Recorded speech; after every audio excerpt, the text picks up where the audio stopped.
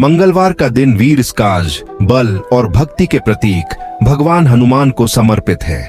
कहा जाता है कि जो भी व्यक्ति सच्चे मन से मंगलवार को हनुमान कथा सुनता या सुनाता है, उसके जीवन से भय, रोग और नकारात्मक शक्तियां दूर हो जाती हैं। हनुमान जी का जन्म स्वयं भगवान शिव के अंश के रूप में हुआ था। उनके पिता वानर राज केसरी और माता अंजनी थीं। माता अंजनी ने वर्षों तक कठोर तपस्या की, तब जाकर उन्हें भगवान शिव के अंश के रूप में हनुमान जी की प्राप्ति हुई। पवन देव के आशीर्वाद से जन्म लेने के कारण उन्हें पवन पुत्र भी कहा गया। बाल्यकाल में हनुमान जी अत्यंत चंचल और शक्तिशाली थे। एक बार उन्होंने उदय होते सूर्य को लाल फल समझकर निगलने का प्रयास किया। इससे संपूर्ण ब्रह्मांड में हाहाकार मच गया। तब इंद्रदेव ने वज्र से प्रहार किया, जिससे हनुमान जी मूर्छित हो गए।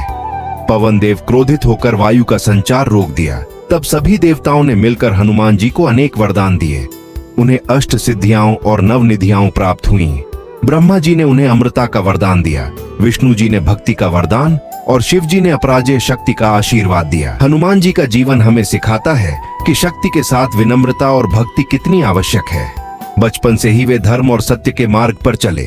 वे जानते थे कि उनकी शक्ति का उपयोग केवल लोक कल्याण के लिए ही होना चाहिए। यही कारण है कि हनुमान जी आज भी कलयुग में जागृत देवता माने जाते हैं। जो व्यक्ति सच्चे मन से उनका नाम लेता है, उसे वे कभी निराश नहीं करते। हनुमान जी का जीवन तब पूर्ण हुआ जब उनका मिलन श्री राम से हुआ। वनवास के समय जब श्री राम और लक्ष्मण माता सीता की खोज में किष्किंधा पहुंचे, तब सुग्रीव के मंत्री के रूप में हनुमान जी ने उनसे भेंट की। हनुमान जी ने ब्राह्मण का वेश धारण कर श्री राम से संवाद किया। उनके वचन इतने मधुर, ज्ञानपूर्ण और विनम्र थे कि श्री राम तुरंत समझ गए कि यह कोई साधारण वानर नहीं, बल्कि महान भक्त है। हनुमान जी ने श्री राम और सुग्रीव की मित्रता करवाई। इसके बाद से हनुमान जी ने अपना पूरा जीवन श्री राम की सेवा में समर्पित कर दिया। उन्होंने कभी अपने लिए कुछ नहीं मांगा, केवल राम नाम ही उनका जीवन बन गया। हनुमान जी का सबसे बड़ा गुण उनकी निस्वार्थ भक्ति थी। वे न तो यश चाहते थे और न ही अधिकार, केवल अपने प्रभु की आज्ञा को ही अपना धर्म मानते थे।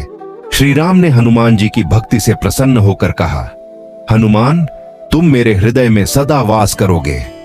यही कारण है कि आज भी जहां राम नाम होता है, वहां हनुमान जी अवश्य उपस्थित रहते हैं।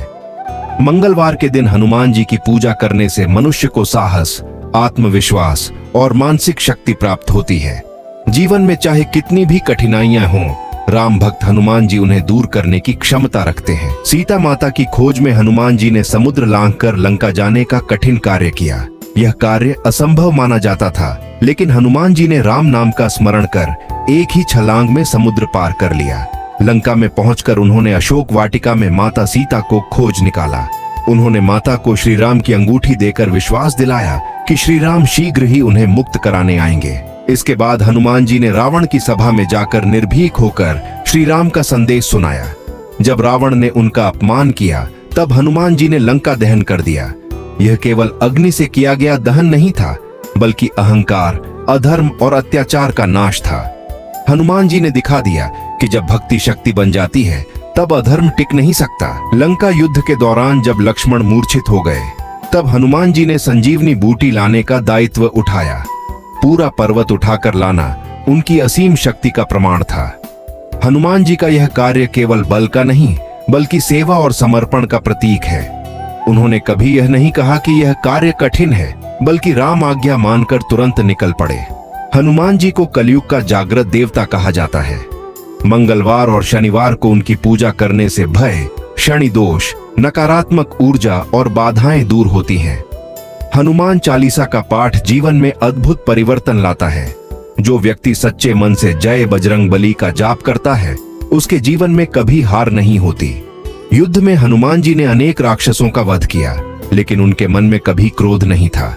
वे केवल धर्म की रक्षा कर रहे थे। यही सच्चा पराक्रम है, जहां शक्ति के साथ संयम भी हो। हनुमान जी हमें सिखाते हैं भक्ति, बल, बुद्धि और विवेक। यही कारण है कि आज भी करोड़ों भक्त मंगलवार को व्रत रखकर उनकी कथा सुनते हैं। जय श्री राम, जय हनुमान।